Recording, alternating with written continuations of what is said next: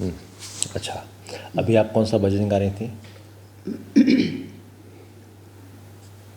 पतवार के बिना ही मेरी नाव चल रही है, पतवार के बिना ही मेरी नाव चल रही है, हैरान है जमाना कश्ती भी चल रही है ना? इसका मतलब ये हुआ कि जो भी ये गा रहा है उसका ये एक्सपीरियंस है कि पहले ऐसा नहीं हो रहा था, अब ऐसा हो रहा है। तभी तो वो गा रहा है। पहले नहीं हो रहा था, अब हो रहा है। यानी कि ये एक चेंज हुआ। सही है।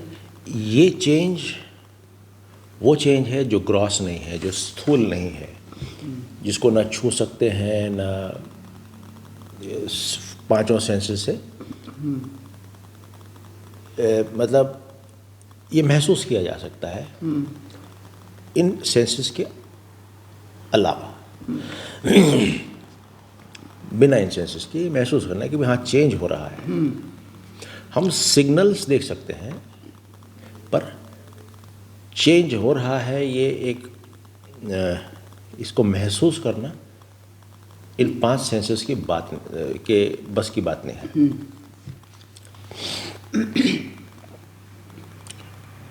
यानी कि इसको सेंस करने के लिए आपको इस शरीर की ज़रूरत नहीं है। आप शरीर के इन इंद्रियों की आवश्यकता नहीं है। आप एक स्पिरिचुअल स्तर पे, एक आत्मिक स्तर पे इसको महसूस कर सकते हैं। हाँ, सही है। अच्छा, इससे एक चीज़ हमारे को पता चलती है और वो ये है कि जो भी किसी भी प्रकार का फॉर्म है, मतलब आकार है, प्रकार है, तो वो हमेशा बदलेगा। हाँ, तभी तो कोई वो इसके कॉन्शियसनेस के बारे में है, चित्त के बारे में ये नहीं कहते हैं कि ये जो है वो अचल है और ये अपरिवर्तनीय है। वो कई तरह की एक क्वालिफिकेशंस बताते हैं ना कि ये ऐसा है, ऐसा है, ऐसा है। तो वो सारी चीज़ें उसका ठीक विपरीत उन चीज़ों पे लगता है जो चीज़ें जन्म लेती हैं या जो चीज़ें बनती हैं, उन चीज़ों के ऊपर होता है। वैसे ही जीव भी बनता है ना। एक बार वो ये अपना वो शर्मा जी है ना, वो उसके सुरेंद्र शर्मा कवि,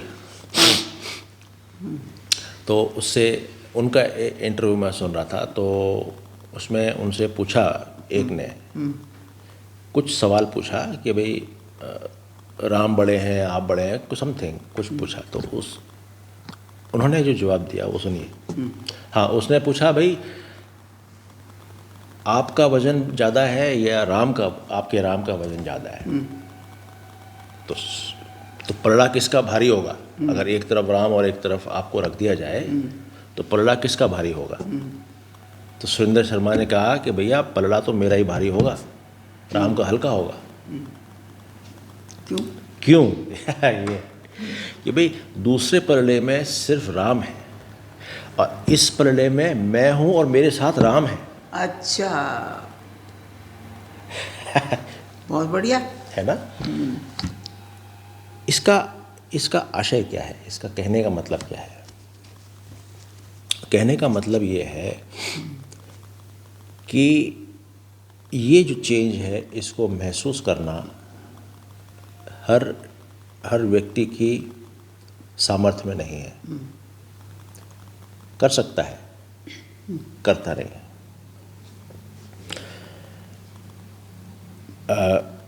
जैसे अभी बात हो रही थी कि भाई कंज्यूमरिज्म की, ये जो कंज्यूमरिज्म है, उपभोक्तावाद है, इसकी वजह से क्या हो रहा है, थोड़ा सा विचार करें। एक टीम है बेचने वाली, एक टीम है खरीदने वाली। अब जो टीम बेचने वाली है वो आपके माइंड पे काम करती है। आपको ज़बरदस्ती तो बेच नहीं सकती है, तो आपके माइंड पे काम करती है। माइंड पे काम करती है, आपके अंदर एक ज़रूरत पैदा करवाती है, आपके अंदर एक सेंस ऑफ अर्जेंसी पैदा कराती है, तब आप जा कर के उसको खरीदते हैं। तो अब आपके पास मान लीजिए एक चीज़ आ गई, जैसे ये टोपी आ गई। अब यहाँ पे टोपी बेचने वाला अगर कोई होगा तो वो क्या कह के मेरे को टोपी लगाएगा? कहेगा नहीं नहीं, ये टोपी आपकी पुरानी हो गई है, ऐसी है वैसी है, देखो मेरी टोपी इतनी बढ़िया है, तो वो मेरे को ये टोपी लगा देगा। मुझे ज़रूरत नहीं है, मगर मेरे मन को, मेरी सोच को इस तरह परिवर्तित करेगा कि मैं जो मेरे पास है उसी से असंतुष्ट हो जाऊंगा और संतुष्टि के लिए मैं बाहर देखूंगा। हाँ, नहीं है? सही है। यानी ये हुआ कि अगर मैं थोड़ा सा, यानी कि मेरे को किसी प्रकार की चिंता हो रही है या किसी प्रकार की कोई गुस्सा आ रहा है या कोई और कारण इमोशन है, मैं बाहर देखूंगा। ये इफेक्ट ऑफ कंज्यूमरिज्म है।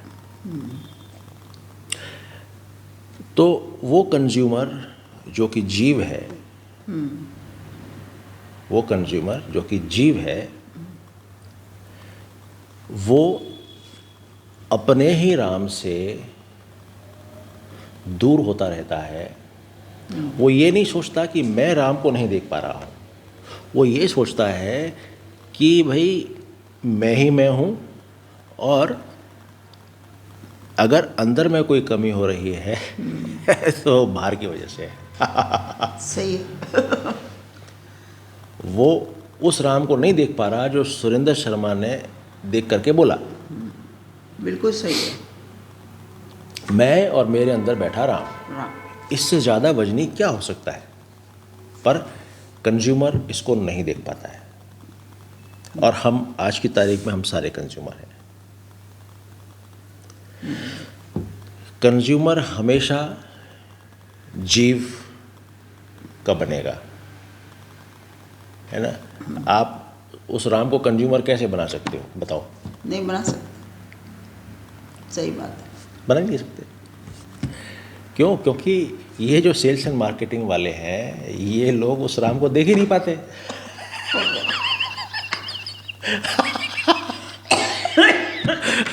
तो गंजे को कंगा बेचेंगे। तो वही तो बात है, पानी लो, पानी लो। नहीं, गंजे को ही तो कंगा बेचेंगे, वही तनख्वाह मिलती है उसी बात की उनको।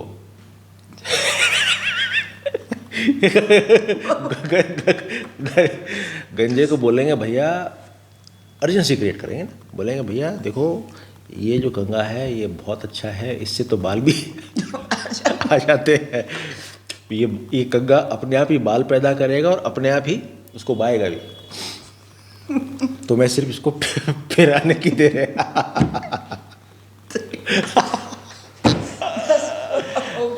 है? तो इसलिए नहीं, अभी हुआ नहीं है, अभी एक चीज़ बाकी है। देखिए अभी जैसे ये गंजा है, अभी वो मेरे को भी कंगा बेच देगा। गर्मी आ गई ना एक। सो देखिए अब क्या हुआ, इस कंज्यूमरिज्म के कारण वो जो जीव है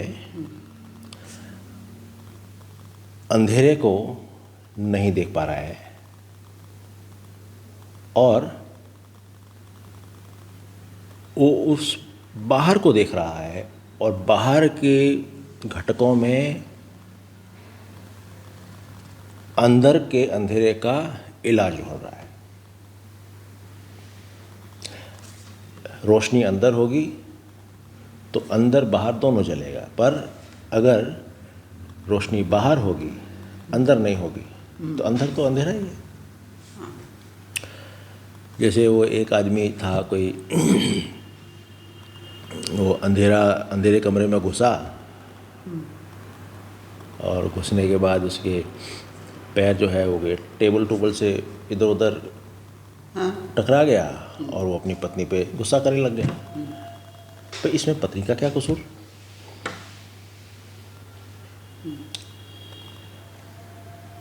आपको संभल के चलना है तो संभल के उसको चलना था, गुस्सा हुआ वो दूसरे पर, परेशान वो खुद हो रहा है और सारे घर के पर्दे बदल दे रहा है। उसके अंदर जो है वो समझ नहीं है, मगर वो घर को दोष दे रहा है कि ये तिराहे पर है या ये वैसा है या वैसा है। सोचिए, देखिए ये असर होता है। और वहीं पे वो सेल्स एंड मार्केटिंग वाले आते हैं, हाँ भैया तुम्हारा घर तिराहे पर है, यहाँ पे कुछ अच्छा नहीं होगा, है ना। जैसे जैसे हम जो है स्थूल चीज़ों के प्रति, फॉर्म्स के प्रति ज़्यादा अट्रैक्ट होते हैं, वैसे वैसे हमारी जो काबिलियत है उस सटल को देखने की, उस सूक्ष्म को देखने की जो हमारी शक्ति है वो धीरे धीरे ब्लंट होती रहती है, भोटी होती रहती है। ये सिर्फ एक ट्रेनिंग की बात है कि हम अब से सोच ले, मान लीजिए, देखिए जैसे हर व्यक्ति के अंदर, हर जीव के अंदर हमेशा परिवर्तन होते रहते हैं। हाँ। अभी हम शरीर की बात कर रहे हैं, ठीक है, कि परिवर्तन होते रहते हैं, पर शरीर के अलावा और भी परिवर्तन होते हैं। परिवर्तन क्या है? एक तो हमारी रिलेशनशिप्स और एक हमारी प्रायोरिटीज, यानी हमारे संबंध और हमारी प्राथमिकताएं हमेशा से ही बदलती रहती हैं। हर, आप अपना ही देख लीजिए, मेरा ही देख लीजिए। मैं किसी ज़माने में खिलौनों से खेलता था, मेरी रिलेशनशिप उन चीज़ों के साथ कुछ और थी, बड़ा हुआ तो और हो गई।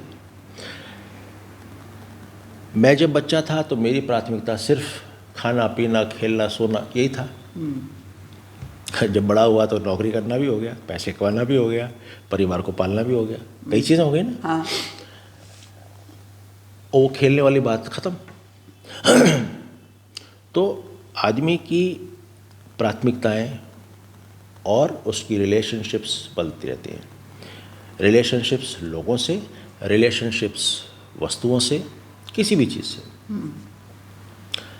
अब जो व्यक्ति, जिसकी वो पहचान करने की शक्ति भोंटी हो गई है और वो सिर्फ बाहरी फॉर्म्स के पीछे भाग रहा है, तो वो ये जो डिफरेंस है इसको समझ पाने में वो सक्षम कभी नहीं होगा। एक और चीज़ ले लेते हैं, जैसे पैसा है। एक समय पे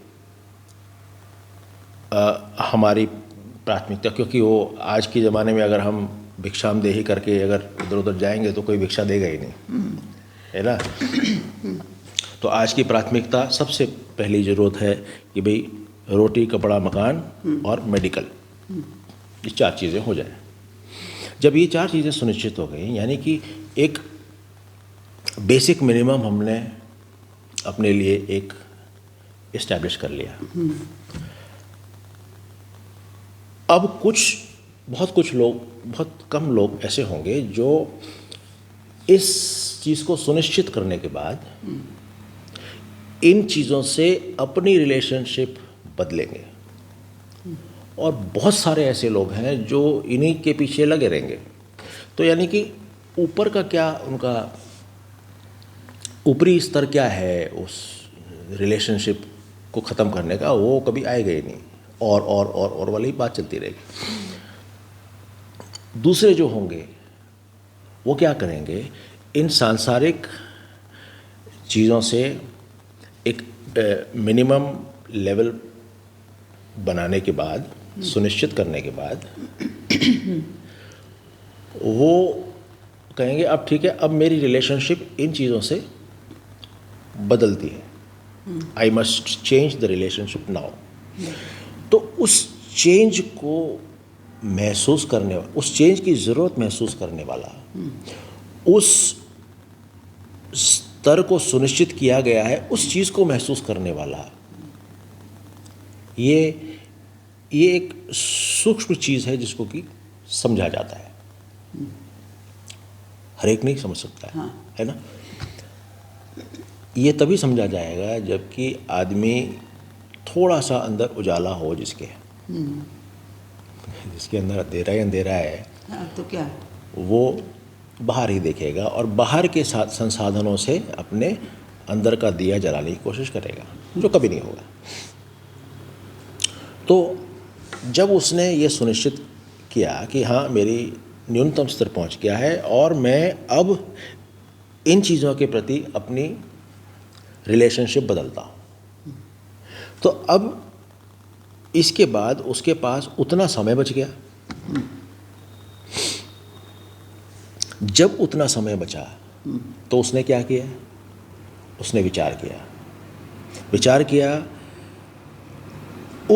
उन सूक्ष्म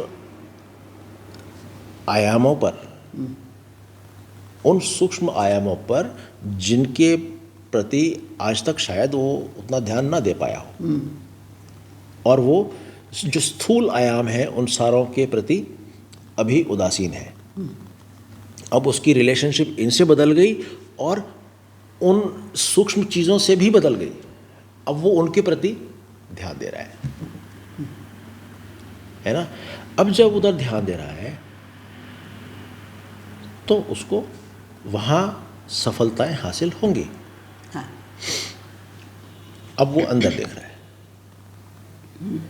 इसीलिए ये बहुत अच्छा एक टॉपिक था जो आपका भजन था।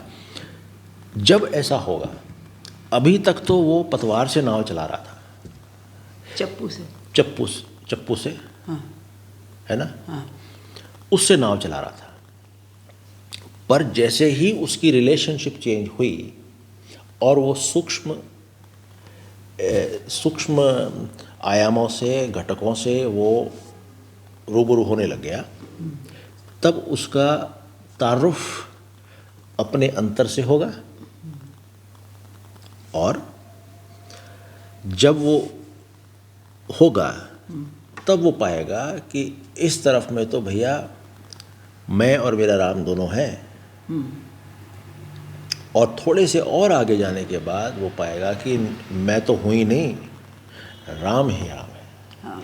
और उससे भी थोड़ा आगे जाएगा, तब पाएगा न मैं हूँ न राम है, बस है। हाँ। राम की परिकल्पना भी तो किसी की है, उसको भी अगर छोड़ दिया जाए तो बस है या हूँ। सही बात है। सिर्फ होना ही होना है ना। ये होना या वो होना नहीं, सिर्फ होना है। इसमें ना दृष्टा है, ना करता है, ना कोई है। हाँ, सही बात है। तो जो आपने कौन सा भजन गाया था, ये एक बार फिर गाइए। पतवार के बिना ही मेरी नाव चल रही है। हाँ, तो ऐसे व्यक्ति की नाव पतवार के बिना ही चलेगी। हाँ। और जो लोग इस तरीके से फेमिलियर नहीं हैं, वो क्या करेंगे, वो अगला वाला आपने बोला ना, लोग अचरज कर रहे हैं, उनकी क्या था, हैरान है जमाना, कश्ती भी चल रही है। तो वो जो जमाना होगा, जो कंज्यूमरिज्म वाला होगा, वो परेशान होगा, भाई कश्ती कैसे चल रही है। हाँ, कुछ बोलना है आपको? बस ठीक है, बढ़िया है। Thank you.